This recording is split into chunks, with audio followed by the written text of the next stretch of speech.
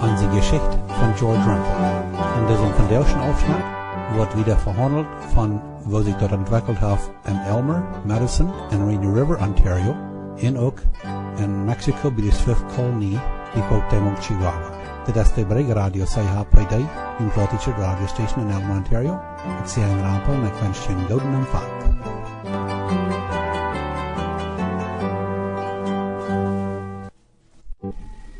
Onse Jeschicht Nummer 51. Ditmal vertelt wie war da noch mehr von wat bij Elmer, Ontario, bij Madison, Ontario en bij Rainy River, Ontario von 1958 an passiert, als zoveel maronitische families anfangen von Mexiko naar Canada te trekken. En danach war da mehr von wat eerst op de Swift Current Kolonie, dan op de Santa Rita Kolonie en dan op de Manitoba en Noordkolonie passiert, nachdem viele Oud-Kolonien Rijnlanden en Kleingemeinden geworden wären. Letztes Mal hat wie gerade noch vertelt, wo die oud-kolonische Prediger Jacob No von Manitoba, die Elmer, Ontario, eine Weg ab Abendversammlungen zu den Oud-Kolonien von Mexiko geredet hat und dann da am Sonnabend noch den ersten oud-kolonischen Jugendabend angestellt hat. Als Prediger Jacob No war da thuis in Manitoba angekommen wäre, dann berichtet er dem oud-kolonischen Lehrdienst in Manitoba von seiner Arbeit und von seinen Erfahrungen in Süd-Ontario.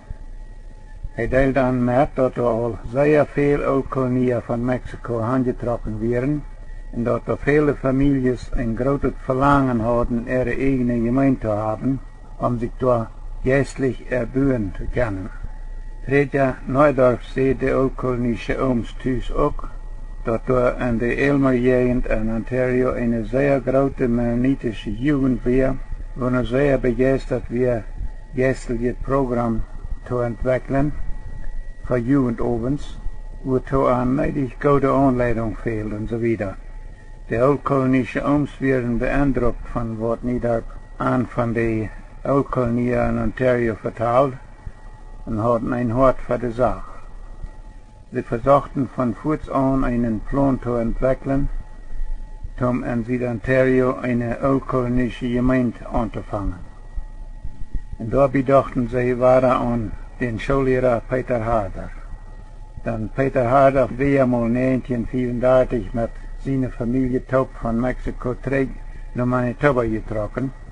Und als die in Manitoba zurückgebliebene Oud-Kolonie sich im Juni 1936 unser ältester Johann Lepke seine Leitung von der Hegereserve in Saskatchewan anfangen, als eine neue oud-kolonische Gemeinde zu organisieren, dann wird Peter Harder am 25. Juni 1936 mit Jacob Freys von Rheinfeld, Manitoba, zugleich als oud-kolonische Prediger gewählt worden. Aber Harder hat das Predigeramt nicht angenommen. Er wird von dieser Abgabe weggerannt, indem er zurück nach Mexiko trug. Hat das aber immer weiter an seinen gewissen Schwierigkeiten gebracht, dass er das Amt mal nicht angenommen hat.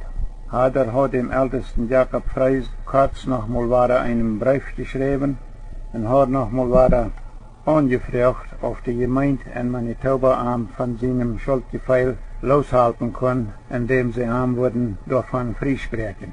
Die oud-kolonische Ooms von Manitoba wollen in Süd-Ontario versuchen, eine oud-kolonische Gemeinde zu organisieren, und sie dachten, Peter Harder verstand das Lied von Mexiko viel besser als sie, und willst du an die 1950er Jahren immer noch mehr oud-kolonische Familien von Mexiko nach Süd-Ontario trocken, wollen sie versuchen, dort zu brocken.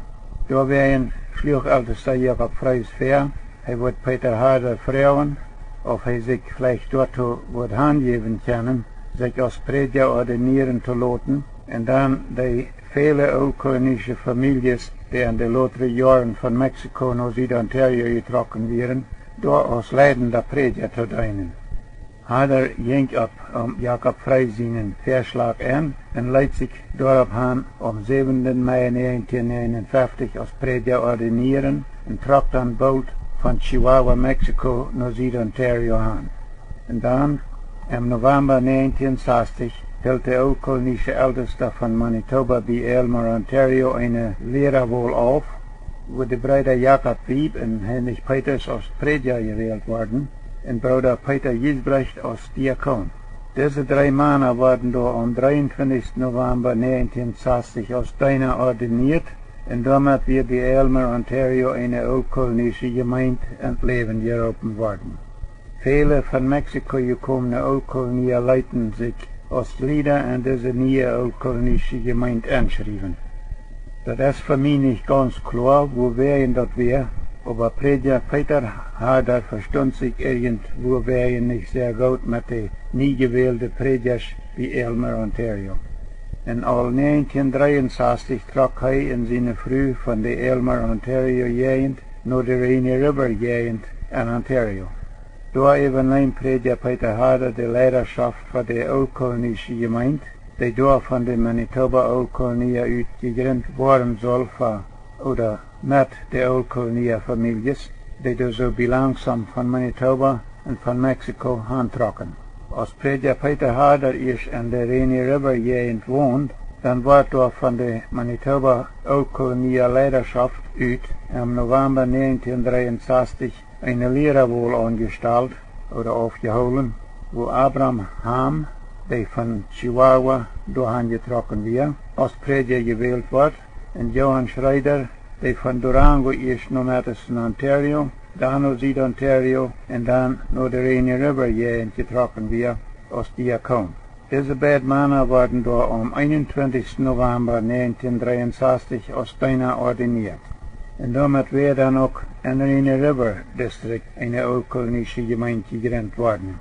Als von der Madison Gegend in Ontario meist alle Familien weggetroffen wären, dann frug Gerhard Kran, wo bei Madison, Ontario als ein Rheinländer Prediger gewählt worden wäre, wie der oud-kolonische Gemeinde in Rainy River District in Ontario an, ob er da auch wird als Prediger angenommen worden, wenn er mit seiner Familie taub doorgaan traken wordt. En de Rainy River oud-kolonische ooms verzekerd naam dat ze aan door aannemen worden. Gerhard Kran trok im April 1965 von Madison, Ontario naar de Rainy River Gegend. Hij deed door als einer von der oud-kolonische predigers, wie de oud-kolonische Rainy River District leerdienst aan als met einer aangenomen hadden. En als hij door ook als prediger aangenomen worden weer, dan verstond Gerhard Kran de meeste oud-kolonische lied door zo aan te leiden, dat zij ook, zoals hij zelfs leefden, dat zij beter afstaan worden wanneer ze zich met de Manitoba Rheinländer gemeente opsluiten worden. Scheinbar had prediger Kran ook prediger Abraham Ham en diakon Johann Schreider daarvan überzeugt. En de oud-kolonie leidender Prediger Peter Harder wist hier scheinbar keinen anderen Rat, als dort 1967 noch selbst halten anzuleiten, dat die Manitoba Rheinländer ältester Cornelius Nickel met atelier van Predigers taub naar de Rainy River oud-kolonie Kirk aankwamen en daar eine Bruderschaft hielden met de oud-kolonische Brüder. 3 van mijn Brüder en mijn Schwager woonden damals ook met ihre Families taub in de Rainy River Gegend. En die waren ook op deze Bruderschaft. En kort gevoerd haben die mij wat op deze Bruderschaft passiert, damals ungefähr so als dit vertaald.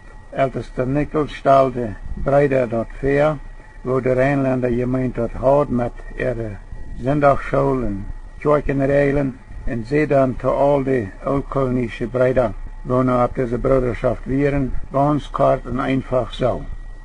Wer auf diese genannte Bedingungen han Rheinländer worden will, der kann dort mit Abstoßen beweisen. In Büter 6 oder 7 Brüder stunden alle Brüder, auch Prediger Abraham Ham und Diakon Schreider ab, und wären damit dann als Brüder in die Rheinländer Gemeinde angestellt worden. Diese einfache Handlung hat die oud-kolonische Gemeinde in der Rainy River Gegend abgeleist und eine Rheinländer Gemeinde ins Leben gerufen.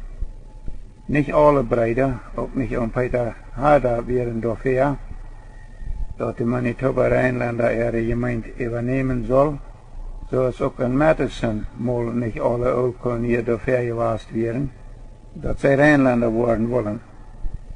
Aber die älteste und Ooms von der jungen Rheinländer Gemeinde in Manitoba wären mit Gerhard Kraan-Taub zielbewusst und aggressiv genug, um die Rainy River noch weiter von einer Gruppe Ölkolonien Rheinländer zu merken, auch wenn nicht alle Brüder damit einverstanden wären. Auch erleiden der Prediger nicht. Gerade in der Zeit fangen auch kleingemeindliche Familien von Chihuahua an, nach der Rainy River jähen zu trekken, und die fangen da an, am Kleinen an ihre eigenen Gottesdienste zu holen, ab vererst in Johann Friesens ihrem Haus. Und die meisten von der Ölkolonien, die nicht Rheinländer waren wollen, schloten sich die Kleingemeinde an. Die Kleingemeinde ihre Gemeinde ist noch einmal da. Und als die meisten Ölkolonien im Rainy River District Rheinländer geworden wären, dann trug Prediger Peter Harder und seine Frau noch grad nach Manitoba. In Manitoba schloten Harders sich die Altona Sommerfelder Gemeinde an und lebten ihren ruhigen Lebensabend in Gratna. Etliche Jahre later, 1975 oder 76, fuhr Prediger Gerhard Kraan und der Rheinländer ihr nie ältester Peter Rempel taub nach Mexiko und halten da ein Port von den zum zweiten Mal zurückgebliebenen ölkolonische Brüder auf der Swiftcurrent-Kolonie eine Rheinländer Gemeinde gründen. Ältester Peter Rempel hält da Wohlen auf, wo die Brüder sich einen ältesten, etliche Predigers und einen Diakon wählten.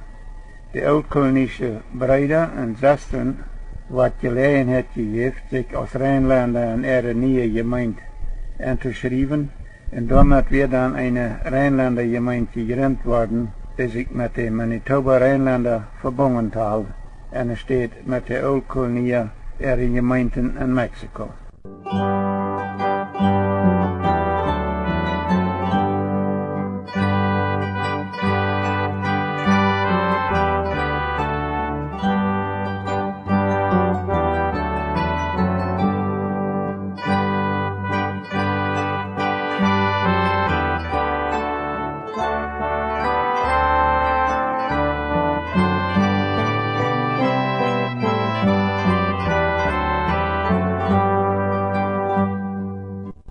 Als eine zweite Gruppe Ölkolonie-Familien von der Swiftcurrent-Kolonie in Chihuahua mit dem Manitoba-Kolonie Südport ältesten Johann Leventhop 1975 nach Bolivia ausgewandert wären, dann wollen die meisten zurückgebliebenen Swiftcurrenter mal endlich von dem ölkolonischen Chorfortierverbot los sein.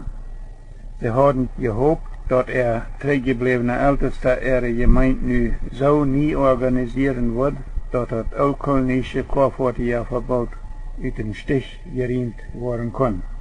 Aber ihr ältester Bernhard Rempel und zwei Ooms sehen nicht mal das nie organisieren auf, aber sie sehen auch sogar ihr Amt auf. Und ein dritter Prediger trug nach der neue Las Virginias-Siedlung.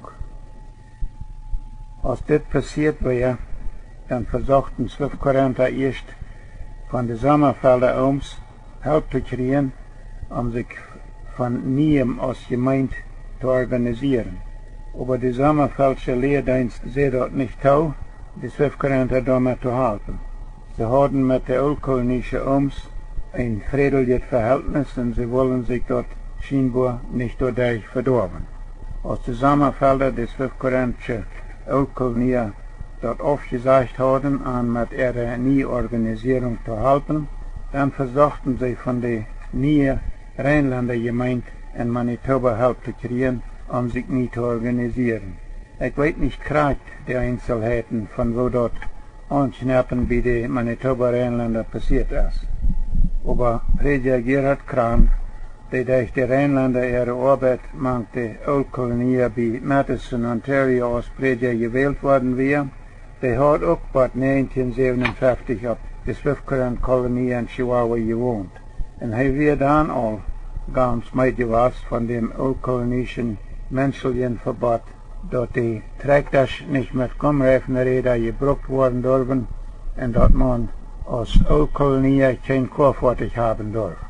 En Prediger Gerard Kraan houdt op de Swift-Current-Siedlung in Chihuahua sehr viel Freund en Verwandte.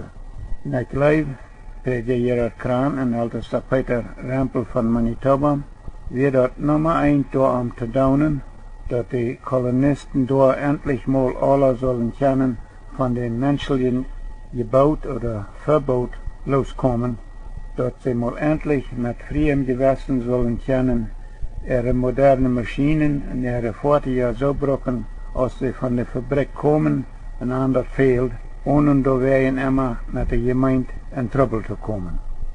Oder een andere weer, dat de gemeentenglieder nicht mehr wegen tägliche Sachen von der Gemeinde uitgesloten worden brochten. Daarbij wollen sie die Swift-Currenter helpen, eine neue Gemeinde zu gründen.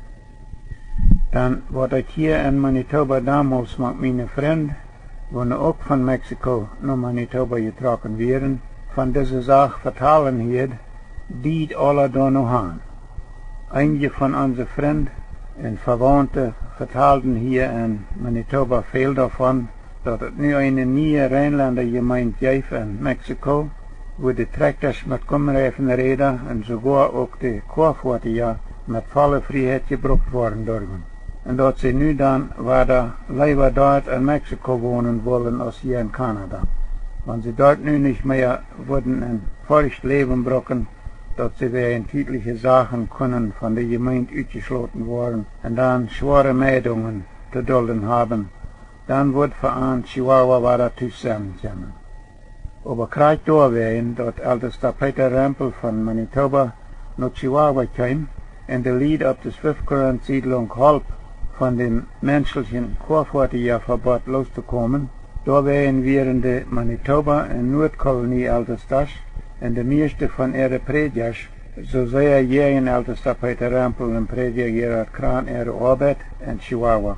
Diese oldkolonische Leiders sagen de Manitoba Rheinländer ums ihre Arbeit in Mexiko krijgt so an, als de Arbeit wat de Konferenzgemeinden van Kanada uit en Chihuahua al lang immer gedaan hadden. Veraan wären dort noch weiter mehr fremde Predigers, die uit einem anderen Land in Mexiko hineinkamen, oldkolonische Glieder von der oldkolonischen Gemeinden auffällig zu machen. Wir müssen hier weiter aufbrechen für das Mal. Nächstes Mal vertellen wir noch mehr davon, dass Oldkolonien auf die Swift-Current-Kolonie in Chihuahua Rheinländer waren und was dort gedaan hat, dass sich Sachen in unsere Geschichte änderten.